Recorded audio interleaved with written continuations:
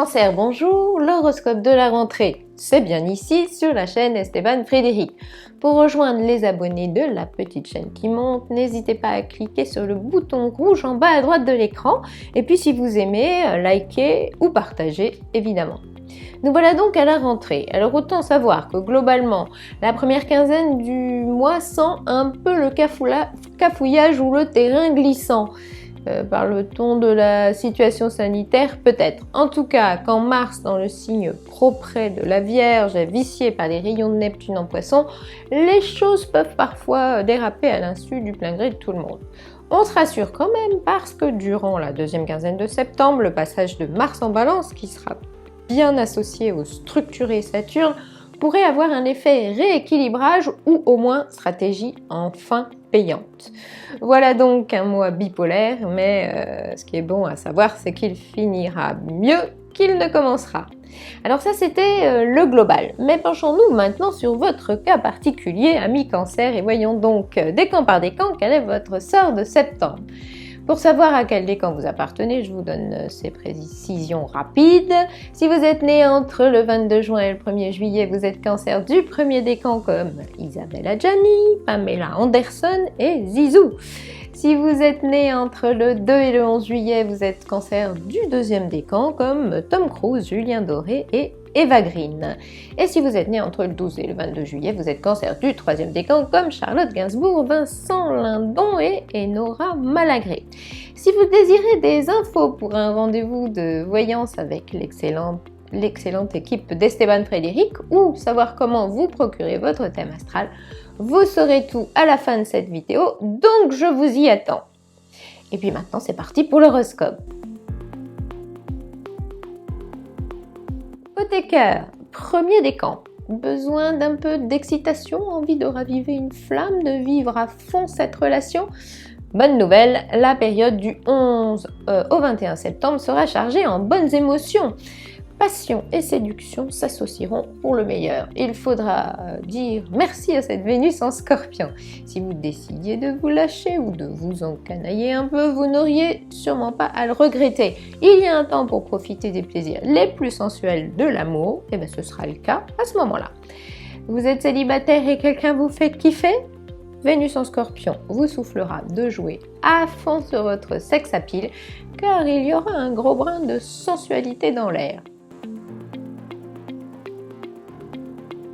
Deuxième décan, jusqu'au 5 septembre, toujours pas facile de savoir ce que vous voulez ou ce que vous ne voulez pas. Il faudra attendre le bon moment pour connaître votre position et celui ou celle qui voudrait vous mettre à la pression n'aura surtout pas raison. La personne concernée pourrait même se laisser tromper tant vous serez habile pour noyer le poisson.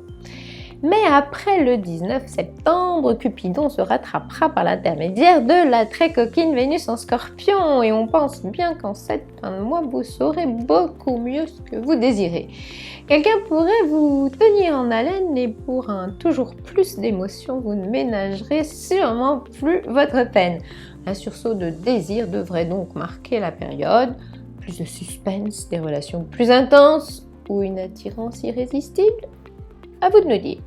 Mais il devrait y avoir un petit air de passionnément vôtre et vos appétits sensuels en pleine croissance pourraient bien vous placer aux commandes d'une vie sentimentale plus trépidante. Cette Vénus-là donnera même à notre Cancer un petit côté ultra sexy et désirable, très convaincant. Troisième décan, entre le 3 et le 12 septembre, vous pourriez bien avoir à faire face à une situation complexe ou à un malentendu portant à conséquence. Vénus et Pluton vous regarderont de travers et vous aurez sans doute du mal à interpréter les comportements de l'autre ou même à justifier les vôtres. Trop d'élucubration tue l'émotion, les mauvais calculs pourront casser l'ambiance, ces petites contrariétés vont sans doute tourner en boucle dans votre tête et si vous ne faites pas quelque chose pour vous changer les idées, vous ne risquez pas d'être la compagnie idéale. Un conseil, avant de vous méprendre, essayez toujours de mieux comprendre. Conseil avisé. Passons au boulot, à la vie active, à l'ambiance générale. Premier décan. D'ici le 8 septembre, vraiment pas facile de prioriser les choses pour un cancer quand Mercure est en balance. Si vous prenez un peu trop le temps de la réflexion, vous risquez bien de vous perdre dans de nombreuses tergiversations. Ou si vous tenez vraiment à connaître tous les sons de cloche avant de vous décider, pas sûr que vous n'attrapiez pas surtout un mal de crâne. Et puis si vous pouviez être un peu moins approximatif dans vos propos, on vous contredirait un peu moins souvent. Pensez-y. Après le 14 septembre, vous aurez sûrement des revendications à faire valoir, mais on pense que ce n'est pas en mettant la pression ou en jouant au plus fort que vous obtiendrez satisfaction. Vous pourriez bien perdre pas mal de temps à tenter de prouver que vous pouvez mieux faire qu'un tel ou que vous avez plus d'atouts que cet autre. Ce sera l'effet Mars en balance sur notre cancer. Dans votre cas et à ce moment-là, la stratégie serait pourtant une meilleure option.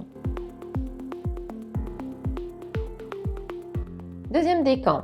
D'ici 14 septembre, cette rentrée vous transformerez bien en fourmi. Entre prévoyant et prudent, vous opterez pour le détail, la rigueur et l'économie. L'heure ne sera donc sûrement pas au laisser-aller.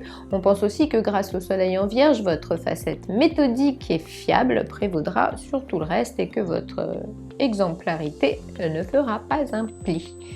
Mais parallèlement et entre le 7 et le 16 septembre, notre cancer va sans doute être trop souvent en version caméléon et aura tendance à manquer d'avis ou à laisser les autres parler à sa place. Procrastiner pourrait même devenir chez vous un réflexe récurrent. Vous pourriez également développer un petit côté procédurier et il y aura souvent dans votre comportement quelque chose qui vous empêchera d'établir le bon contact.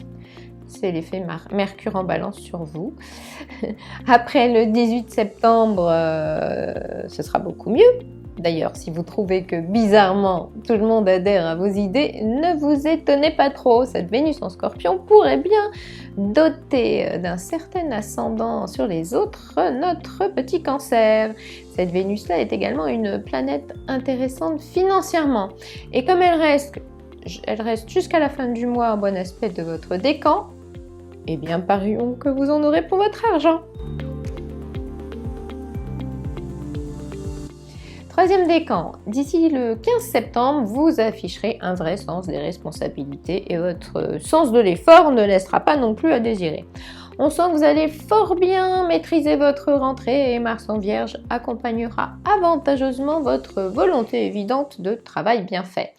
Vos erreurs seront corrigées car vous serez perfectionniste. Au diable l'amour-propre, seuls les résultats vous importeront. Mais après le 16 septembre, pourquoi compliquer les données ? Vous aurez peut-être une façon un peu tarabiscotée d'interpréter les choses. Allez, cernez mieux le sujet et essayez aussi de vous adresser aux bonnes personnes si vous avez un problème. Vous penserez quelquefois que l'on ne vous écoute pas, que l'on ne vous comprend pas ou que votre avis compte carrément pour du beurre. Mais non, on ne vous en veut pas forcément. Alors arrêtez d'être sur la défensive comme ça et faites surtout en sorte que l'on ne puisse rien vous reprocher. Pour l'horoscope de septembre, c'est fini, mais vous savez sans doute que pour vos questions personnelles, la voyance est idéale. Pourquoi ? Parce qu'elle peut vous apporter des réponses plus précises. Sur le site esteban-frédéric.fr, vous trouverez facilement des professionnels performants choisis par Esteban Frédéric pour la qualité de leur don de médium. En plus, vous pouvez prendre rendez-vous 7 jours sur 7, ce qui n'est surtout pas négligeable. Enfin, j'invite ceux et celles qui désirent mieux se connaître, mais aussi découvrir tout ce que l'astrologie révèle sur leur potentiel et leur évolution, à faire leur thème astral. Cette étude se trouve dans la rubrique astrologie du site esteban-frédéric.fr et est une interprétation riche et complète de votre carte du ciel. Vous voulez savoir ce que toutes ces planètes qui habitent le ciel de votre naissance disent sur vous et votre futur ? Alors n'hésitez pas à vous offrir votre thème astral et munissez-vous de votre heure de naissance, elle est nécessaire à l'élaboration de cette étude phare de l'astrologie. Il me reste à vous donner rendez-vous le mois prochain sur cette même chaîne, Esteban Frédéric évidemment. Et en attendant, pour vous accompagner dans cette rentrée, recevez mes amitiés cosmiques.